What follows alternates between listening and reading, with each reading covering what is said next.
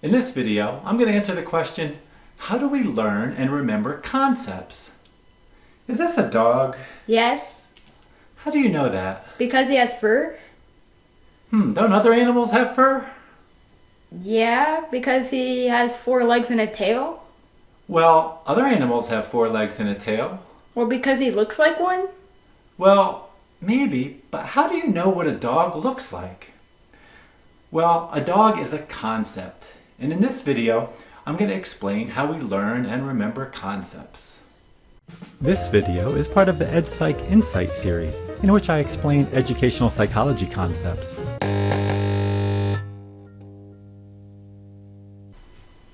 A concept is a mental grouping of objects or events that have something in common.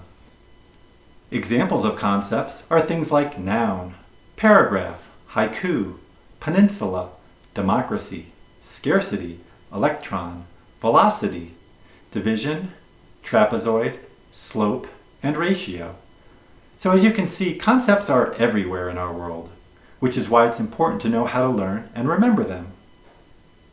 Let's explore concepts further through an example. What's the definition of a chair? Say it right now out loud. Pause the video if you need to. Is it something you sit on? That works for this chair. Is this a chair? Probably, although it doesn't have arms like the other one I just showed you. Is this a chair? I don't think so, because even though he's sitting on it, that's not the primary purpose of this parking block. Did you say that a chair has to have 4 legs?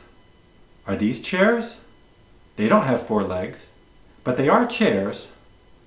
Let's take a look at some more objects, and you tell me if they are chairs or not. Is this a chair? Sure. Is this a chair? Yes. Is this a chair? Yes. Is this a chair? Yes, although most people would probably categorize it further as a rocking chair.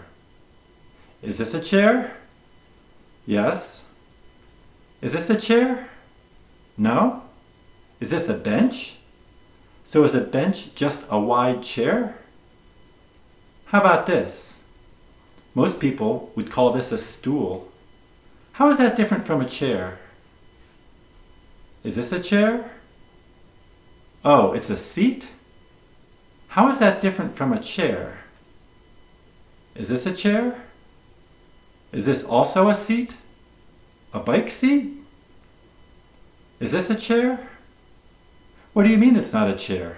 You sit on it. As you can see, something as simple as the concept of a chair can be difficult to define precisely. Yet, you learned what a chair was. So, how do we learn concepts? Well, there are 3 theories that can help us understand how we learn and remember concepts: classical theory of concepts, prototype theory, and exemplar theory. The classical theory of concepts states that concepts can be defined precisely with rules. So, in our chair example, we would consider the definition of a chair, such as a seat, typically having 4 legs and a back for one person. This is consistent with the examples I showed you and how I categorized them. This classical theory works very well for some things, but not as well for others. It works fairly well for the chairs we saw, but the word typically leaves it fairly imprecise.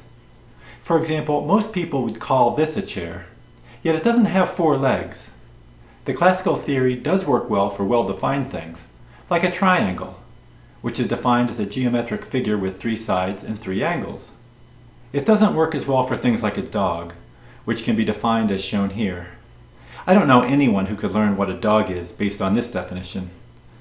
So for some concepts, the prototype and exemplar theories better explain how we learn and remember concepts. For prototype theory, concepts are organized around a prototype. That's an abstract, idealized example of the concept that has many of the typical features of the concept, but that does not necessarily resemble any real-life example. For example, I would guess that your prototype for a dog would probably look something like one of these dogs. You form your prototype over time, and as you see more examples of dogs, you refine your prototype. Your prototype is less likely to look like one of these dogs because they're a little more unusual.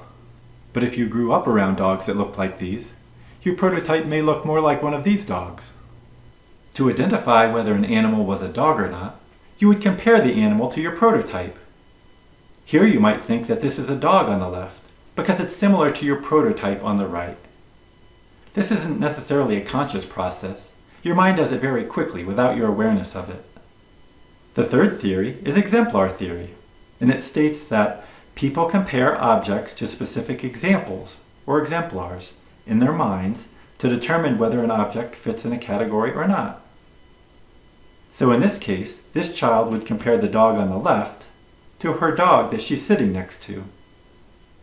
To summarize, we learn and remember a concept by learning the rules or definitions of the concept. How is it defined? Then we also need to have examples of the concept so that we can form a prototype and have examples to compare to other concepts. We also need non-examples so that we know what a concept is not. Examples and non-examples work together to help us understand and remember concepts. For some concepts, such as triangle or trapezoid, we may not need that many examples and non-examples if we really understand what the definition is. But for other concepts, such as democracy, we probably need several examples and non-examples to really understand the concept. And with that, I think our dog has finished and left the room. Thanks for watching. If you found this video helpful, make sure to leave a like and subscribe to my channel for more videos. More information about this topic is available at my website and in the Essentials of Educational Psychology book, which are linked in the description below. Thanks for watching.